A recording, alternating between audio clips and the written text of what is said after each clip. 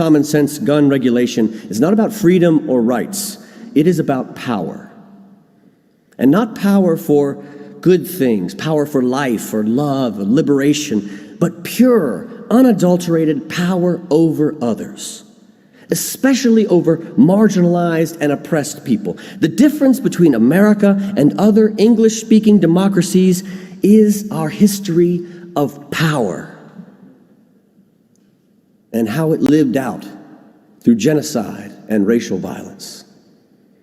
In her book, Loaded, A Disarming History of the Second Amendment, scholar Roxanne Dunbar Ortiz states, any assessment of gun violence and the Second Amendment in the United States is incomplete without dealing with what guns were for and what that means about their popularity and proliferation today.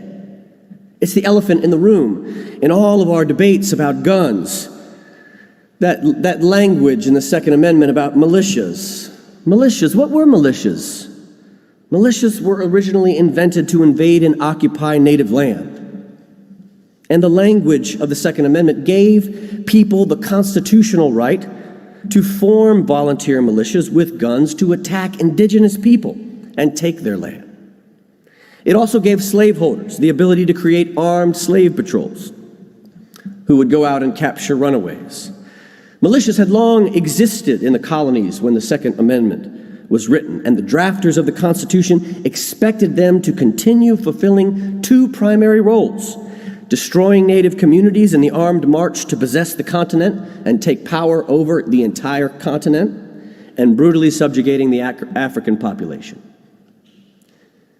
Many have forgotten then that after the Civil War, white Southerners formed volunteer militias under the guise of private rifle clubs, which allowed Confederate combat veterans to quickly mobilize mob violence during Reconstruction. The most famous group to emerge from those militias, of course, was the KKK, whose terrorizing activity was exactly why the Second Amendment was created: for white people to use guns and violence to take property and power from other people.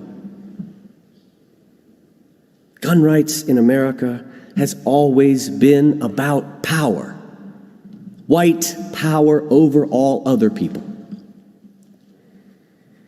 That's what the filibuster is also, a tool of white power.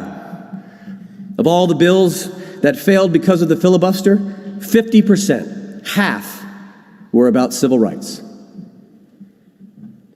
During this American experiment, guns and policy have been used by white people to replace other people, to replace indigenous people from the land, to replace Africans from their homes in Africa to labor on plantations, to replace black people in segregated communities with Jim Crow laws and redlining and urban renewal and gentrification, and to replace people of color into the carceral system through unjust policing. And this is why it is such a monstrous lie when white Americans like Tucker Carlson and the Buffalo shooter claim they're the ones being replaced. The truth is, and we must face this, we, white folks that look like me, are the ones who have always done the replacing. James Baldwin once wrote, "White people carry in them a carefully muffled fear that black people long to do to them what has been done to them. Moreover, the history of white people has led them to a fearful and baffling place where they have begun to lose touch with reality, to lose touch, that is, with themselves." Maybe that's why Charlton Heston stood up at the 129th NRA convention that was hosted right here in Charlotte, North Carolina, and said, "From my cold, dead hands." That was in our city. Maybe the reason we cling to our guns so tightly is that we are afraid that indigenous people and black people and immigrant people will do to us what we did to them.